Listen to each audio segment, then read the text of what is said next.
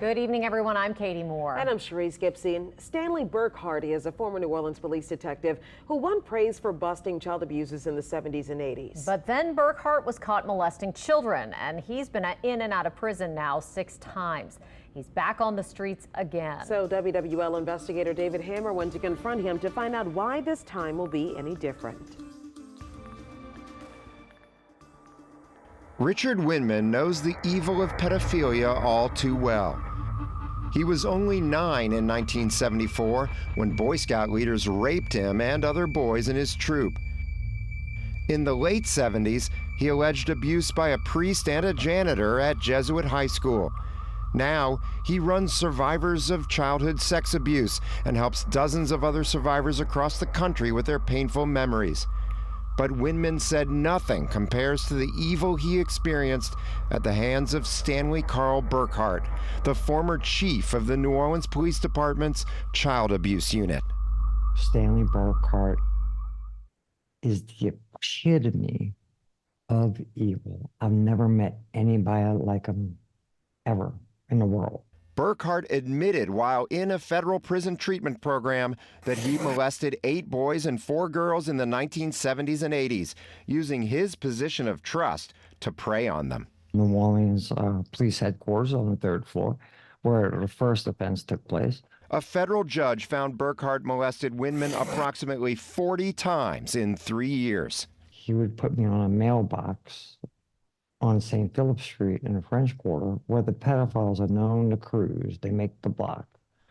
And he would make me have sex with the pedophiles so he can make cases against them. Court records show Burkhardt has pled guilty or was sent to prison 6 times over more than 30 years. In 1987, for trafficking child pornography. In 1992, for molesting his 9-year-old niece.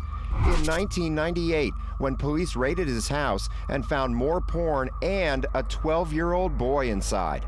In 2006, when he snuck out of a halfway house and went to a library to access more child porn. In 2011, when he was committed as sexually dangerous. And in 2019, when he violated his parole. In 2018, our reporting partner Ramon Antonio Vargas knocked on Burkhardt's door. I saw testimony that he offered in which he had, neighbors that were supportive of him who let him know, hey, there's like press on your lawn, don't come outside. Burkhardt later claimed in court he was so stressed by the publicity, it drove him to download hundreds of images of child porn. 5 years ago, he went back to the Federal Corrections Medical Center in Butner, North Carolina.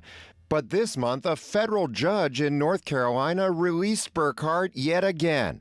They give them 2 different drugs that chemically castrate them, but then they find out that that doesn't work. What makes these judges think that this is going to work this time? They don't consider the human factors. They don't consider the circumstances. Those circumstances are that last week, Burkhardt notified the sex offender registry of this new home address on St. Maurice Street in the lower 9th Ward. And it's right next to a house with a basketball goal, right across from another house with young kids. And the neighbors say nobody warned them until we did. Parents not even knowing that this guy is living here, it's really sad.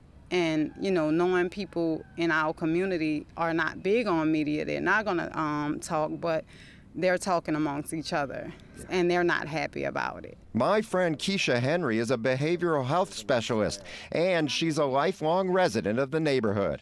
It's just unimaginable.